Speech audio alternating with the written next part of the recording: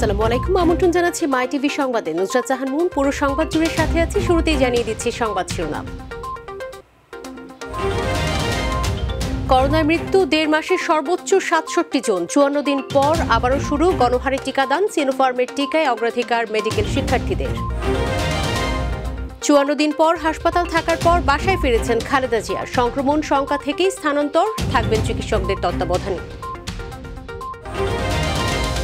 রাজধানীর মুরাদপুরে বাবা মা ও মেয়ের মরদেহ উদ্ধার। অসুস্থ স্বামী কন্যা হাসপাতালে, আরেক মেয়ে আটক। নেপথ্যে পরকীয়া, ধারণা পুলিশের।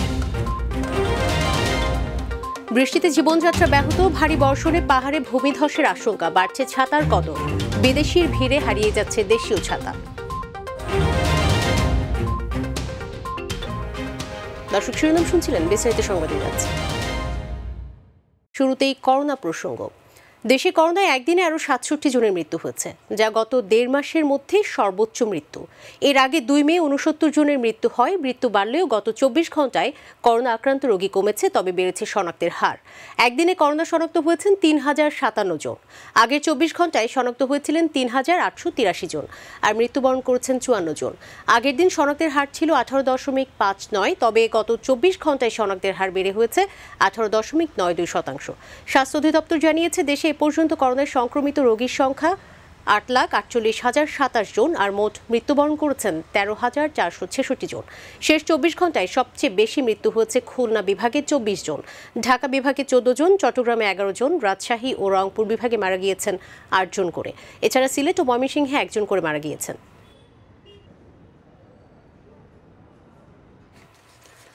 ৫৪ দিন পর আবারও শুরু হলো দ্বিতীয় পর্যায়ের গণহারে করোনার টিকাদান কার্যক্রম। এবার দেয়া হচ্ছে চীন থেকে উপহার হিসেবে পাওয়া সিনোফার্মের টিকা। আপাতত অগ্রাধিকার দেওয়া হচ্ছে মেডিকেল শিক্ষার্থীদের। পর্যায়ক্রমে ডাক্তার, নার্স সহ ফ্রন্ট লাইনার অন্যদেরও দেওয়া হবে এই টিকা। রাজধানীতে 4টি মেডিকেল কলেজ হাসপাতালে শুরু হয়েছে টিকাদান কার্যক্রম। চীনের এই টিকার প্রথম ডোজ দেওয়ার পর দ্বিতীয় ডোজের ক্ষেত্রে সময় ঠিক করা হয়েছে 4 সপ্তাহ। ড্যানি রং জানাচ্ছেন বিস্তারিত। টিকা সংকটের কারণে ২৬ এপ্রিল থেকে বন্ধ ছিল করোনার প্রথম ডোজ টিকা কার্যক্রম। প্রথম পর্যায়ে দেয়া হয় ভারত থেকে আনা অক্সফোর্ড অ্যাস্ট্রাজেনেকার টিকা। ৫৪ দিন পর ফের শুরু হলো দ্বিতীয় পর্যায়ের গণটিকা প্রদান। এবার দেয়া হচ্ছে চীনের সিনোফার্মের টিকা। টিকাদান কার্যক্রমের শুরুতে অগ্রাধিকারে রাখা হয়েছে মেডিকেল শিক্ষার্থীদের। ঢাকা মেডিকেল, সলিমুল্লাহ মেডিকেল, সোহরাওয়ার্দী এবং মুগদা মেডিকেল কলেজ হাসপাতালে দেয়া হচ্ছে এই টিকা। টিকা নেয়ার ক্ষেত্রে ব্যাপক আগ্রহ লক্ষ্য করা গেছে শিক্ষার্থীদের মধ্যে। বিষয় আসলে এটা আমাদের জন্য খুবই পজিটিভ একটা ইস্যু, যে আমাদের মেডিকেল স্টুডেন্টদের জন্য স্পেশালি যে আগে একটা ব্যবস্থা করা হয়েছে। আর আমাদের সামনে পরীক্ষা, তো এই জন্য হয়তো বা এখন আমাদের মানে দেওয়ার শিডিউলটা আগে আগে দেওয়া হয়েছে আর কি। রেগুলারলি আমাদের এক্সপোজ হতে হয়, সো ওই অনুযায়ী তো মেডিকেল স্টুডেন্টস আর ডক্টরসদেরই ফার্স্ট দেওয়ার উচিত, তো দিতে পারছি, ভালো লাগছে। পেশেন্ট ডিল করব ভবিষ্যতে, তো আমাদের নেওয়া দরকার, কারণ আমরা তো সবসময় কোভিড, নন কোভিড পেশেন্ট দুটোই আমরা দেখতে হবে। পর্যায়ক্রমে ডাক্তার, নার্স সহ করোনার বিরুদ্ধে দায়িত্ব পালনকারী ফ্রন্টলাইনারদের সবাইকেই টিকা দেওয়া হবে বলে জানান সংশ্লিষ্টরা। টিকাদানের ক্ষেত্রে যেভাবে নির্দেশনা আসবে সেই অনুসারে কার্যক্রম চলমান থাকবে। পেয়েছি নির্দেশনা, আগামী কয়েকদিন মেডিকেল স্টুডেন্টদের দেওয়া হবে। তা আশা করছি যারা নিবন্ধিত আছেন তাদেরকেও নির্দেশনা চলে আসবে। এটা এখন পর্যায়ক্রমে আসবে। এখন এটা এন্ট্রি হচ্ছে, কি পরিমাণ মেডিকেল স্টুডেন্ট, এন্ট্রিটা দেখে যে পরিমাণ টিকা থাকবে সেগুলো আবার কিন্তু নিবন্ধন করা নাগরিকদের জন্য গ্র্যাজুয়ালি আসবে, হয়তো কয়েকটা দিন সময় লাগবে। কয়েকদিনের মধ্যেই অন্য টিকা কেন্দ্রেও চীনের সিনোফার্মের টিকা দেওয়া শুরু হবে বলেও জানান সংশ্লিষ্টরা। আসলে আমরা দেওয়া শুরু করে দেব না, টিকা আমাদের সেন্টারে এখন আজ পর্যন্ত এসে পৌঁছায় নেই। এখন আমরা আগে যেটা দিতাম অ্যাস্ট্রাজেনেকার, কোভিশিল্ড, ওইটা আমরা দিতেছি সেকেন্ড ডোজ হিসেবে। দেশে চীনের টিকার মজুদ রয়েছে ১১ লাখ, যা ৫ লাখের বেশি মানুষকে দেওয়ার পরিকল্পনা রয়েছে স্বাস্থ্য অধিদপ্তরের। ড্যানি রং, মাই টিভি, ঢাকা। করোনা সংক্রমণ ও মৃত্যুহার আশঙ্কাজনকভাবে বৃদ্ধি পাওয়ায় খুলনায় আগামী মঙ্গলবার থেকে এক সপ্তাহের কঠোর লকডাউন ঘোষণা করা হয়েছে। দুপুরে জেলা করোনা ভাইরাস প্রতিরোধ কমিটির সভায় সিদ্ধান্ত নেওয়া হয়। এ সময় নিত্য প্রয়োজনীয় পণ্য, কাঁচামাল ও ঔষধ বহনকারী যানবাহন ছাড়া কোনো গণপরিবহন খুলনায় প্রবেশ করতে বা বের হতে পারবে না। সভায় জেলা প্রশাসক মোহাম্মদ হেলাল হোসেন বলেছেন, কঠোর লকডাউন চলাকালে খুলনা মহানগর ও জেলায় গণপরিবহন সম্পূর্ণ বন্ধ থাকবে। শুধু ঔষধ এবং জরুরি কাঁচামাল ব্যতীত সব দোকানপাট এবং ব্যবসা প্রতিষ্ঠান বন্ধ থাকবে। কঠোর লকডাউনের বিধিনিষেধ বাস্তবায়নে জেলা প্রশাসন, পুলিশ, র্যাব, জনপ্রতিনিধি ও রাজনীতিকরা একসঙ্গে কাজ করবেন। ভারতে পাওয়া করোনা ভাইরাসের অতি সংক্রামক ডেল্টা ধরনটি এখন সারা বিশ্বে আধিপত্য বিস্তার করছে বলে জানিয়েছেন বিশ্ব স্বাস্থ্য সংস্থার WHO। শুক্রবার WHOর প্রধান বিজ্ঞানী সৌম্য স্বামীনাথন এক ব্রিফিংয়ে এই তথ্য জানান। গত বছর ভারতে করোনা ভাইরাসের পরিবর্তিত নতুন রূপ শনাক্ত হয়েছে, যা নাম পেয়েছে ডেল্টা। ধরনটি অতি সংক্রামক হওয়ায় এর আগেই একে বিশ্বের উদ্বেগ হিসেবে চিহ্নিত করে বিশ্ব স্বাস্থ্য সংস্থা। সংক্রমণের দ্বিতীয় ঢেউয়ে ভারতের রেকর্ড রোগী শনাক্ত এবং মৃত্যুর জন্য ডেল্টা ধরনটিকেই দায়ী করা হচ্ছে। এবার অন্য প্রসঙ্গ। বিএনপি চেয়ারপারসন খালেদা জিয়া 54 দিন পর সন্ধ্যা 7:30টায় ঢাকার এভার কেয়ার হাসপাতাল থেকে গুলশানের বাসা ফিরোজায় ফিরেছেন। তবে বাসায় ফিরলেও তিনি চিকিৎসকদের তত্ত্বাবধানে থাকবেন বলে জানিয়েছেন বিএনপি মহাসচিব মির্জা ফখরুল ইসলাম আলমগীর। তিনি আরও বলেছেন, হাসপাতালে সংক্রমণ সংখ্যা থেকেই বাসায় স্থানান্তর করা হচ্ছে। গত 11 এপ্রিল করোনা পরীক্ষায় পজিটিভ রিপোর্ট আসে খালেদা জিয়ার। 15 এপ্রিল সিটি স্ক্যান করান তিনি। শ্বাসকষ্টজনিত সমস্যা দেখা দিলে 27 এপ্রিল রাতে এভার কেয়ার হাসপাতালে ভর্তি হন তিনি। 28 এপ্রিল 10 সদস্যের মেডিকেল বোর্ড গঠন করা হয়। হাসপাতালে চিকিৎসাধীন অবস্থায় 3 মে শ্বাসকষ্ট দেখা দিলে তাকে জরুরিভাবে করোনার কেয়ার ইউনিটে CCUতে স্থানান্তর করা হয়। তিনি 9 মে থেকে করোনার সংক্রমণ থেকে সুস্থ হন। 1 মাস পর গত 3 জুন খালেদা জিয়াকে CCU থেকে বিশেষ কেবিনে স্থানান্তর করা হয়।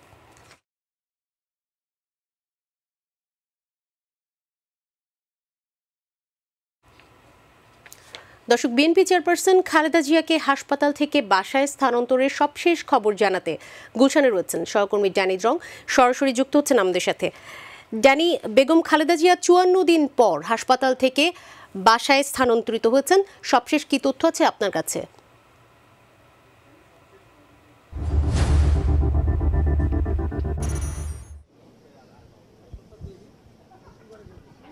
মুন, আপনাকে ধন্যবাদ। আসলে এখন পর্যন্ত আমরা যেটি জানতে পেরেছি যে এভারকেয়ার হাসপাতালেই অবস্থান করছেন এখনও খালেদা জিয়া। তবে তিনি যে বের হওয়ার যে প্রক্রিয়াগুলো রয়েছে সেটি কিন্তু এরই মধ্যে শুরু হয়েছে, অর্থাৎ আর কিছুক্ষণের মধ্যে হয়তো তিনি সেখান থেকে বের হবেন। এর আগে আমাদেরকে যেমনটা জানানো হয়েছিল যে সন্ধ্যা 7টার পর খালেদা জিয়া তার এই গুলশানের এই ফিরোজা বাসভবনে আসবেন।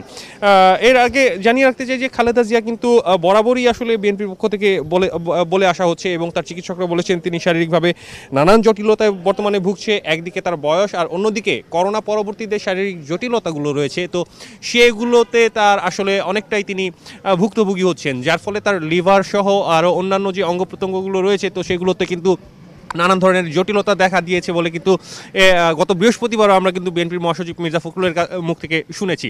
যার পরিপ্রেক্ষিতে কিন্তু খালেদা জিয়াকে বারবারই আসলে দাবি তোলা হয়েছে যে তাকে যেন উন্নত চিকিৎসার জন্য বিদেশে নেওয়া হয়। তবে সরকার সেই দাবি সবসময় নাকচ করে এসেছে এবং আইন অনুযায়ী তাকে যে বিদেশ পাঠানো যাচ্ছে না সেটিও কিন্তু সরকারের পক্ষ থেকে বারবারই বলা হয়েছে। তো গত 14 এপ্রিল খালেদা জিয়া করোনা শনাক্ত হন এবং পরবর্তীতে আমরা যেমনটি দেখতে পাই যে 27 এপ্রিল 27 এপ্রিল তাকে কিন্তু হাসপাতালে ভর্তি করা হয় এবং পরবর্তীতে তিনি করোনা থেকে যখন মুক্ত হন, অর্থাৎ তার করোনা যখন নেগেটিভ আসে, তারপরেও কিন্তু তার কয়েকদিন পরে তার শ্বাসকষ্ট সহ বিভিন্ন ধরনের শারীরিক জটিলতা তৈরি হয়, তাকে কিন্তু এভারকেয়ার হাসপাতালেই রাখা হয়। তো এমন প্রেক্ষাপটেই আসলে প্রায় 2 মাস পর বলা যায়, অর্থাৎ 54 দিন পর এই খালেদা জিয়া কিন্তু তার এই বাসভবনে ফিরতে যাচ্ছেন এবং যেটির প্রক্রিয়া এরই মধ্যে শুরু হয়েছে। আমরা আমাদের সহকর্মীরাও রয়েছেন সেখানে হাসপাতালের সামনে, তাদের কাছ থেকে আমরা যেমনটি জেনেছি যে সেখানে যে খালেদা জিয়ার যে শারীরিক যে কন্ডিশন অর্থাৎ অবস্থা, তো সেই অবস্থাগুলো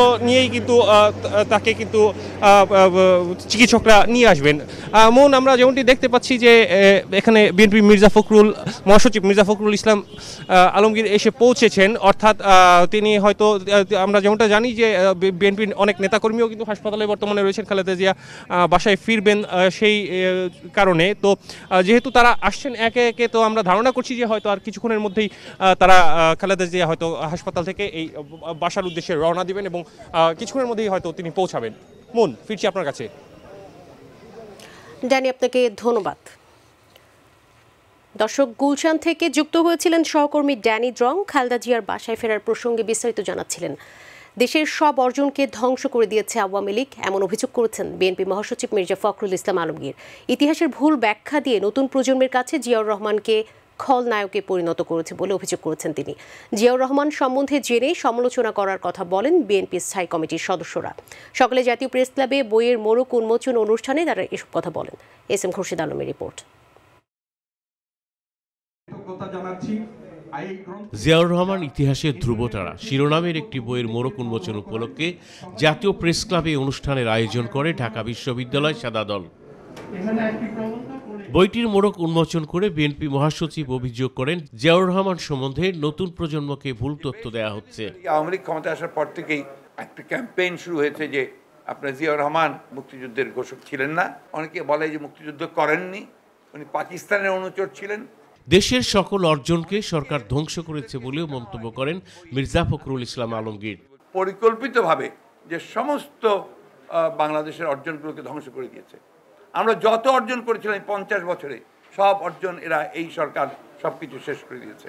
জিয়াউর রহমান সম্পর্কে জেনে সমালোচনা করার আহ্বান জানান বিএনপি স্থায়ী কমিটির সদস্য নজরুল ইসলাম খান ও ইকবাল হাসান মাহমুদ টুকু। এই ফ্যাসিস্ট গভর্নমেন্টের সময় তাদের একমাত্র কাজ হচ্ছে ঋণ করে ঘি খাওয়া আর জিয়াউর রহমানের পরিবারকে ধ্বংস করার পরিকল্পনা করা।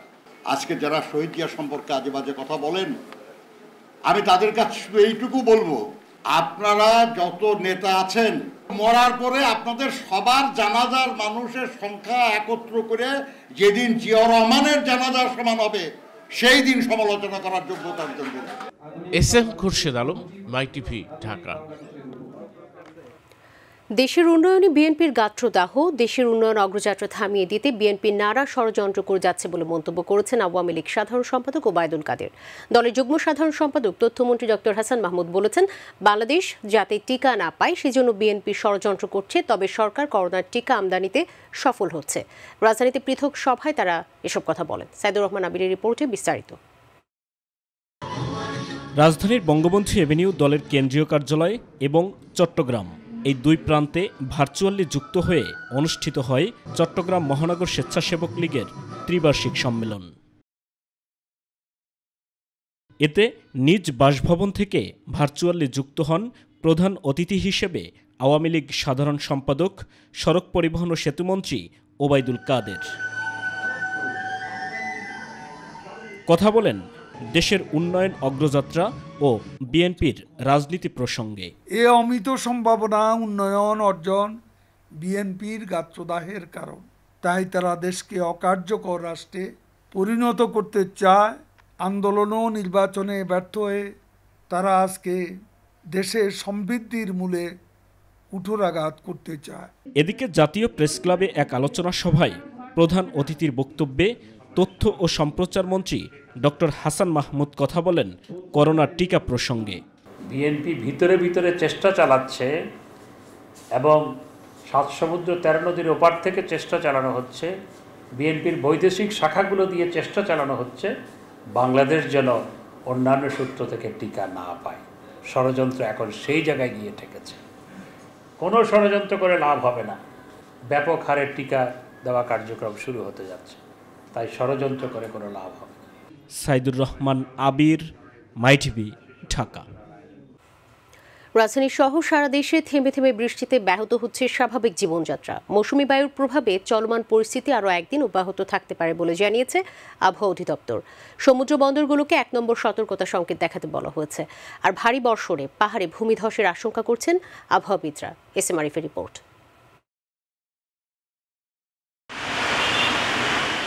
কয়েকদিন ধরেই রাজধানী ঢাকাসহ সারা দেশে থেমে থেমে বৃষ্টি হচ্ছে, এতে জনজীবন বিপর্যস্ত।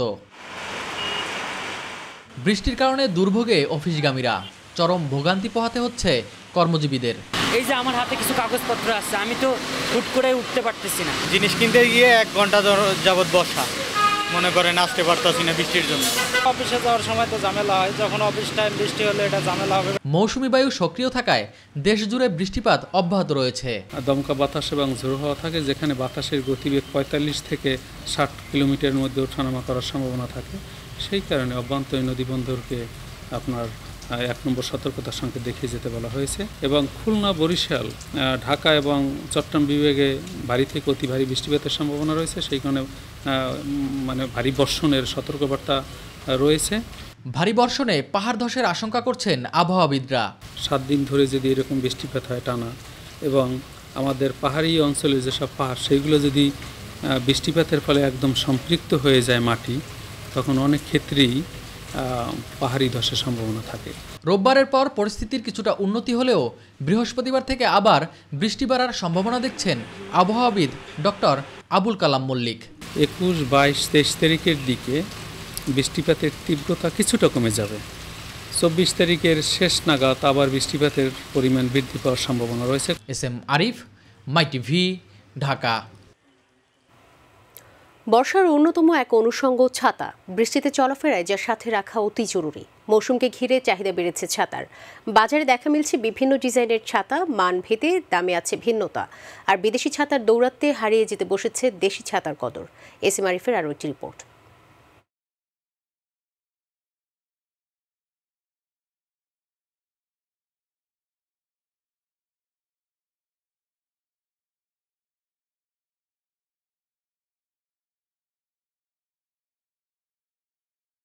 পেলেও প্রয়োজনে ঘর থেকে আপনাকে বের হতেই হবে। আর রাস্তায় বের হয়ে দেখলেন কালো মেঘ বৃষ্টি হয়ে ঝরছে, সাথে ছাতা নিতে ভুলে গেছেন, তাই বিনা নোটিশে ভিজতে হচ্ছে।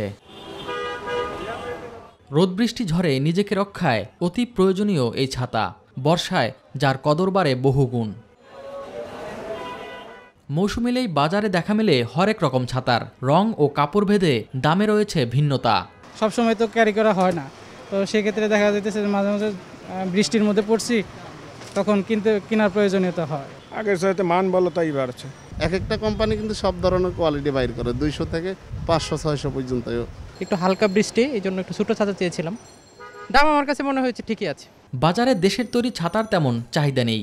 স্থানটি দখলে নিয়েছে ভারত, চীন, জাপান আর দক্ষিণ কোরিয়া। দামে সস্তা হওয়ায় চাহিদা বেশি চীনের তৈরি ছাতার।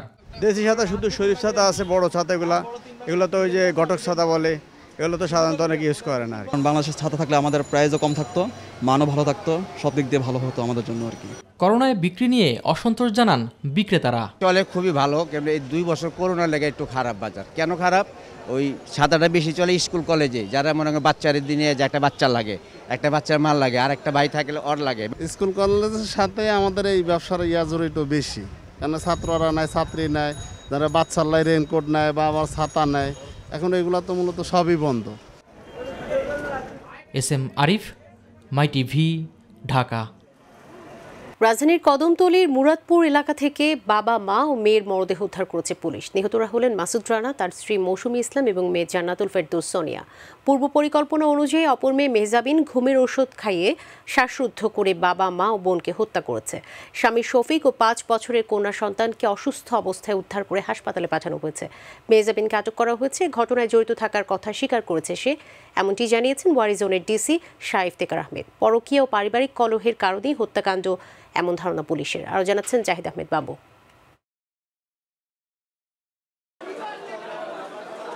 কদমতলী মুরাদনগর এলাকায় একটি বাসায় দেশের বাইরে থেকে আসা এক প্রবাসী মাসুদ রানা তার স্ত্রী, 2 মেয়ে ও মেয়ের জামাইকে নিয়ে বসবাস করতেন।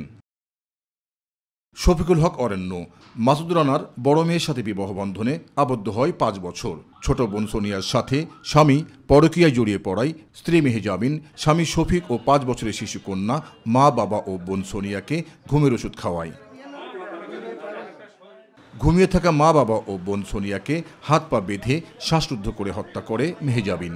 পরে পুলিশকে 999-এ খবর দেয়। 999-এ যিনি কলটা করেন তিনি মূলত এই ঘটনাটা ঘটিয়েছেন। তিনি মেহজাবিন মুন, উনি পুলিশকে এভাবেই সংবাদটা দেন যে আপনারা দ্রুতই আমার বাসায় আসেন, আমি 3 জনকে হত্যা করেছি, আপনারা যদি দেরি করেন আমি আরও 2 জনকে হত্যা করব। 2 তলার উপরে 3 কক্ষ বিশিষ্ট একটি বাসা। এই বাসার সর্বকর্নারের যে কক্ষটা, সেখানে দেখা যাচ্ছে 3টি লাশ বিক্ষিপ্ত অবস্থায় পড়ে আছে। এই 3টি লাশের মধ্যে একটি লাশ যিনি 999-এ কল করেছিলেন মেহজাবিন মুন, তার বাবার, তিনি 12 বছর প্রবাস জীবনযাপন করে 3 মাস হলো দেশে ফিরেছেন। আর একটি লাশ তার মায়ের, আর একটি লাশ তার আপন বোনের। ঘটনাস্থলে এসে পুলিশ মেহজাবিনের কন্যা সন্তান ও স্বামী শফিককে অসুস্থ অবস্থায় উদ্ধার করে হাসপাতালে পাঠায়, এমনটাই জানান ওয়ারী জোনের ডিসি। যেহেতু ঘটনাটা খুবই হৃদয় বিদারক, একই সাথে বলতে পারেন এটা খুবই লোমহর্ষক একটি ঘটনা, আমরা এই আলামতগুলো সংগ্রহের জন্য ক্রাইম সিনকে আমরা যথাযথভাবে ম্যানেজ করার জন্য আমরা আমাদের সিআইডি যে ক্রাইম সিন ম্যানেজমেন্ট টিম আছে তাদেরকে আমরা সংবাদ দিলাম, তারা আসলো। মা, বাবা, বোন, স্বামী ও কন্যা কিপ্তিয়াকে হত্যার জন্য ঘুমের ওষুধ খাওয়ানোর কথা স্বীকার করেছেন মেহজাবিন বলেও জানান তিনি। যিনি মেহজাবিন মুন আসামি, তিনি থাকেন তার স্বামী সন্তান নিয়ে আলাদা বাসায় থাকেন, দূরে থাকেন। তিনি কালকে রাতে এই বাসায় এসেছেন মায়ের বাড়িতে বেড়াতে, এবং তিনি যখন মায়ের বাড়িতে বেড়াতে আসেন তখন তিনি সাথে করে ঘুমের ওষুধ নিয়ে আসছেন। তিনি 40টি ঘুমের ওষুধ এই রিজোভেন তিনি পাউডার করে এনে তিনি চা এবং কফির সাথে মিশিয়ে এই ভিকটিমদেরকে খাইয়েছিলেন। তার বক্তব্য অনুযায়ী মধ্যরাতের পর থেকে ভোর 6টার মধ্যে তারা যখন অচেতন হয়ে গেছেন তখন তাদের হাত পাকে শক্ত করে বেঁধেছেন এবং তাদেরকে শ্বাসরোধ করে হত্যা করেছেন।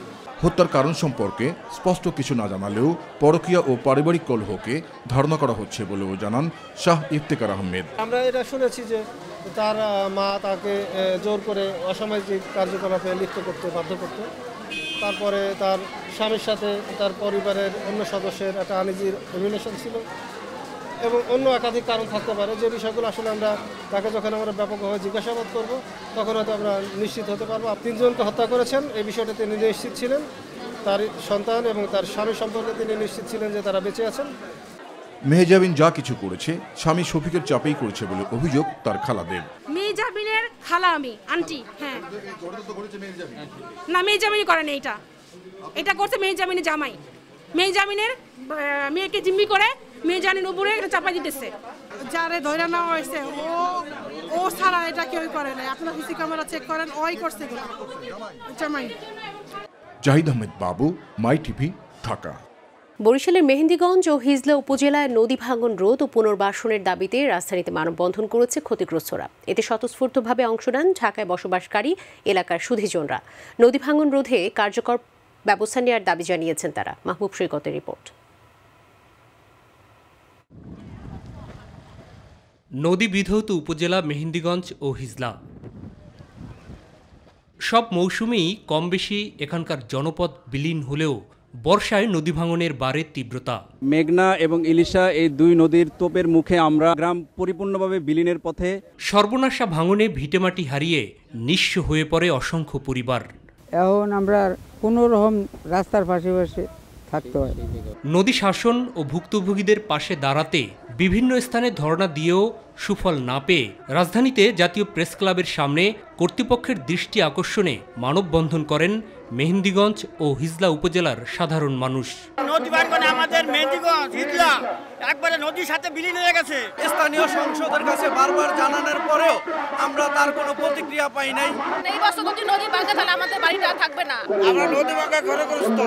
অসহায় অবস্থার কথা তুলে ধরে স্থায়ী সমাধানের দাবি জানান তারা। বছরের পর বছর আমাদের নদী ভাঙা মাইলকে মাইল বিলীন হয়ে যাচ্ছে, বাড়িঘর ভাঙা যাচ্ছে, মানুষ অসহায় হয়ে যাচ্ছে। এটা বাড়ি পর্যন্ত সব বিলীন হয়ে গেছে। আমাদের থাকা খাওয়া খুবই ভয়াবহ অবস্থা তাদের আছে, তাদের মাথার উপরে ছায়া নেই। একাত্মতা প্রকাশ করে নদী ভাঙন রোধে কার্যকর ব্যবস্থা গ্রহণের দাবি জানান ঢাকায় বসবাসরত এলাকার সুধী সমাজ। নদী ভাঙনের নিঃস্ব পরিবারগুলি যাতে পুনর্বাসিত হয় এবং বিগত 3টি বন্যায় জলস্বাস্থ্যে যে রাস্তাঘাট ক্ষতিগ্রস্ত হয়েছে এগুলা যাতে পুনঃমেরামত করা হয়। আমরা নদী ভাঙন দ্রুত সমস্যা সমাধানের জন্য সরকারের হস্তক্ষেপ কামনা করছি। সবারই প্রত্যাশা মেহেন্দিগঞ্জ ও হিজলার নদী ভাঙন রোধে দ্রুতই নেওয়া হবে পদক্ষেপ। অতি দ্রুত যথাযথ ব্যবস্থা নিন। সরকার কাছে প্রধানমন্ত্রী আবেদন জানাচ্ছি যাতে আমাদের দ্রুত এখানে নদী ভাঙনকে রক্ষা করে। পদক্ষেপ যেন সঠিকভাবে বাস্তবায়ন হয় আমাদের একটাই চাওয়া। মাহবুব সৈকত, মাই টিভি, ঢাকা।